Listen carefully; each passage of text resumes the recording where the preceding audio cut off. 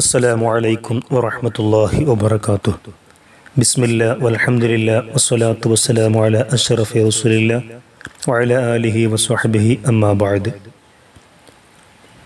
ലോകം അടക്കി ഭരിച്ച 4 ചക്രവർത്തിമാരിൽ ഒരാളാണ് നബിയുല്ലാഹി സുലൈമാൻ അലൈഹിസ്സലാത്തു വസ്സലാം.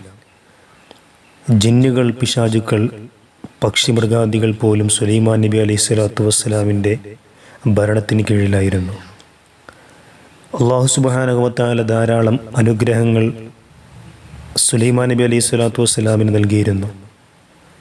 കാറ്റിൽ ഇഷ്ടാനുസരണം സഞ്ചരിക്കുവാൻ കഴിഞ്ഞിരുന്ന സുലൈമാൻ നബി അലൈഹിസ്സലാത്തു വസ്സലാമിന് പക്ഷികളുടെയും മറ്റു മൃഗങ്ങളുടെയും അതുപോലെ സസ്യങ്ങളുടെയുമെല്ലാം സംസാരം മനസ്സിലാക്കുവാനുള്ള കഴിവ് അല്ലാഹു തആല നൽകിയിരുന്നു.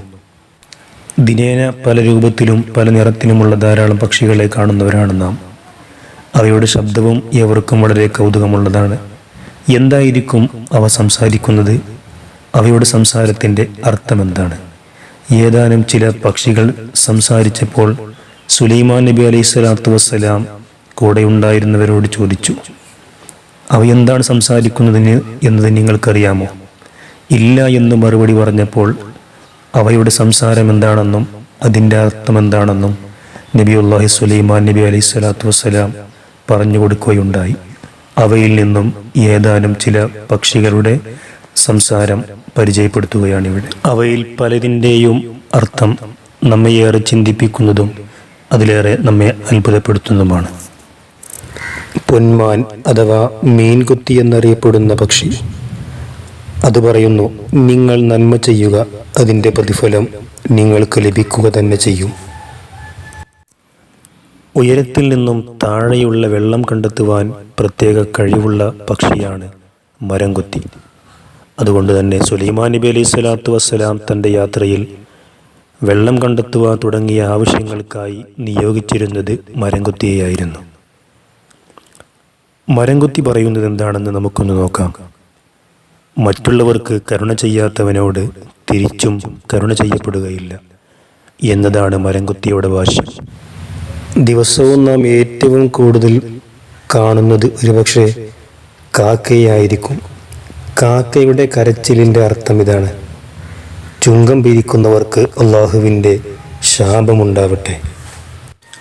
നിത്യേന നാം കേൾക്കുന്ന പൂവൻ കോഴിയുടെ കൂവൽ, അതിലൂടെ പൂവൻ കോഴി നമ്മോട് പറയുന്ന കാര്യം എന്താണെന്ന് നാം ആലോചിച്ചിട്ടുണ്ടോ?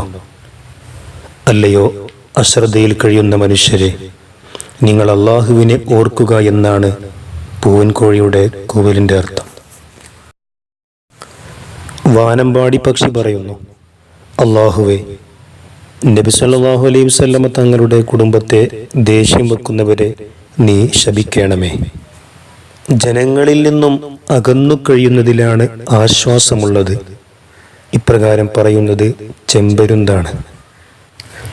പുള്ള് എന്ന് പറയുന്ന പക്ഷി ചിലച്ചപ്പോൾ സുലൈമാൻ നബി അലൈഹിസ്സലാത്തു വസ്സലാം പറഞ്ഞു, അല്ലയോ കുറ്റവാളികളെ, നിങ്ങൾ അള്ളാഹുവിനോട് പൊറുക്കലിനെ ചോദിക്കുക എന്നാണത് പറയുന്നത്.